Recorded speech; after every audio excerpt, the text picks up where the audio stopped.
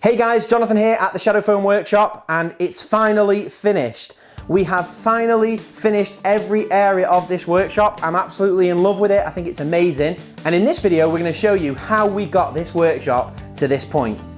So when it comes to our workshop, the place to start is the Milwaukee power tool wall, which is a really recent build. These tools probably aren't still here when you're watching it because these are all Colin Furze's tools.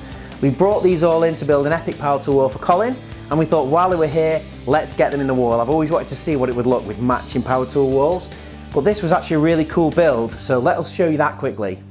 Now, before we go back to Jono cutting the shadow foam, remember to subscribe. So that is all the Milwaukee power tools we've got, and in this video we're going to be taking all of this and creating an epic Milwaukee power tool wall. Well, let's get into it. Right, so we've got the foam, a 30mm and a 70mm. What we'll do now is we'll put these 30mm backer in place, then we'll take the thicker sheet, we'll put a layout together, and then we can start cutting.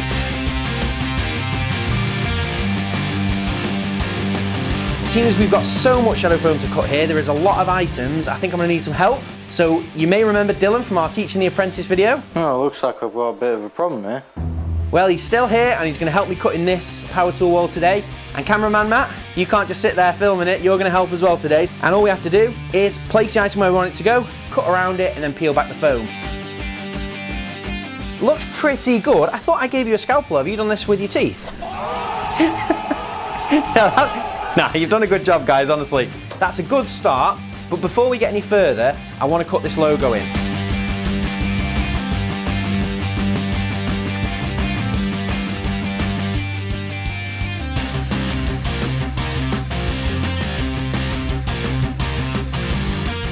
Now we've done that, let's get back on to cutting the tools in. All that's left is to get it up in the wall and see what it looks like. And that is everything in, and that is already looking epic. Because I'm not too happy with this teal logo. I thought teal was a good choice, but I think I'm going to change that. And that looks a lot better to me. I think the red really pops. I am so buzzing with how good that looks. I think that's got to be one of my favourite ever power tool walls.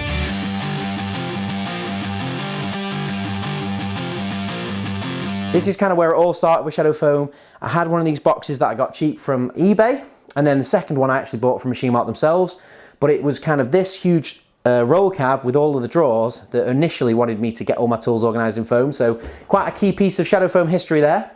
But on to the next wall. This is our Makita power tool wall, and this is actually Mark II. So we made an earlier version, which was in our softer foam, and that video's done 1.8 million views, I think it's on at the moment. It absolutely went bonkers.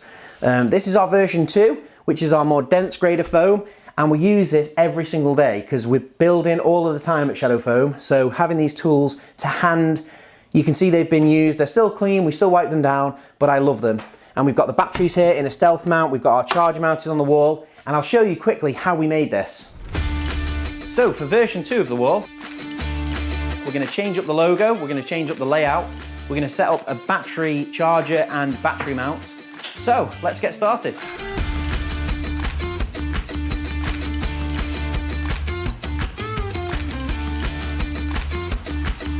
So we'll test fit our foam first, make sure that this fits.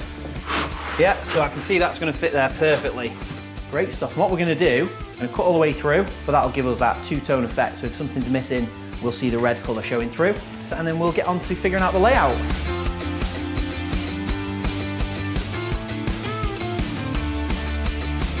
I think we've got a layout there, I'm pretty happy with that. So we can take them all away and we'll find the exact centre and we'll put a shield down, we'll cut shadow foam in. So that's the next job.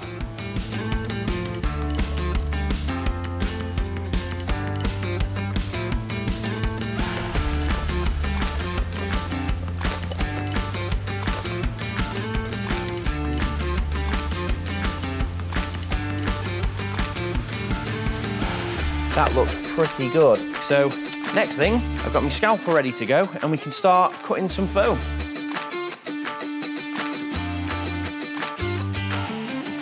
Now this here is a big time save what we're going to show you. We save all of the pieces that we cut out, so when we now use spray glue and go over the top, we don't have to worry about getting any overspray inside all of the nice neat cutouts we've just done. And once we've given it a full coating all the way around, we can just pull out all of the shapes and then glue it up on the wall. And that is everything I want to do over that side, so right, let's see what it looks like.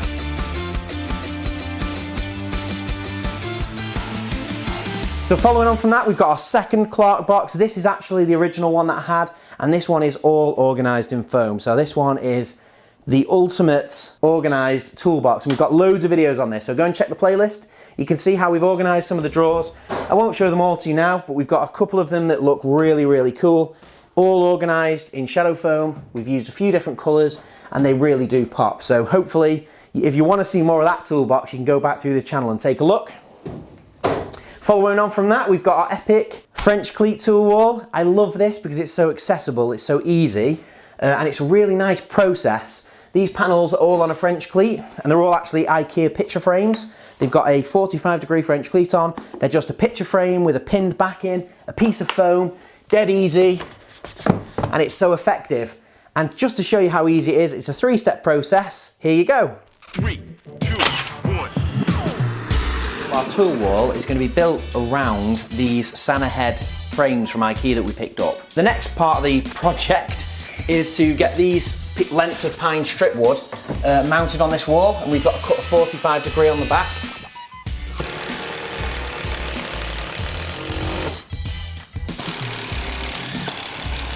So the next thing is we've got 14 of these from IKEA, these picture frames, and we've had a look at them, and the back panel is just a little bit weaker than we need it to be. So we're going to utilise the outside frame, but we're going to be cutting down some 9mm MDF panels. We can basically take this thin backer out, put a solid piece in the back.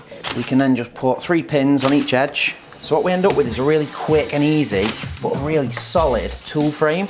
And this will fit a piece of 50mm foam in it. And then obviously we'll put a French cleat on the back, and then it can mount on this wall. And we've got space for, like I say, 7 and 7. So 14 to do. Let's get the other 13 done. Right, so now we've finally got the wall done, we can cut some foam, and we're going to be starting with this top center tool panel here. All we've got to do is position it where you want it to go, put a little bit of light pressure so it doesn't move, and then essentially just cut around it.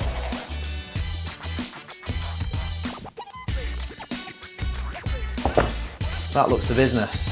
I'm really pleased with that. So following on from that, we've also got our workbench, which is a pretty epic build. That was all built from scratch using some cupboards that we already had. We actually want to build a workspace over here. And we're going to be using 2 of these cabinets. We're going to upcycle them into a little workstation over here. So the plan is to raise these off the ground, and then we'll put a length of the same counter that we've got here, which we got from B&Q, on the top, and we'll build a frame around it. First thing is get the miter saw in here, get that squared up, and then we can start building the base.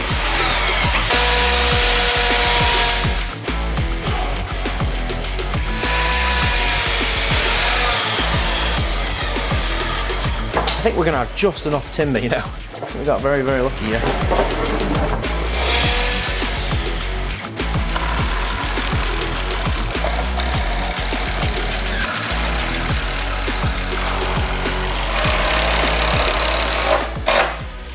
Right, so that's the base finished. What I want to do now is move all of this out of the way.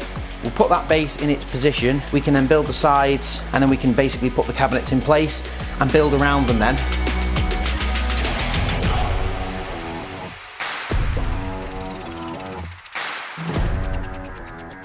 We're going to give it a quick sand, and we're going to paint it dark grey to match this cabinetry we did over here.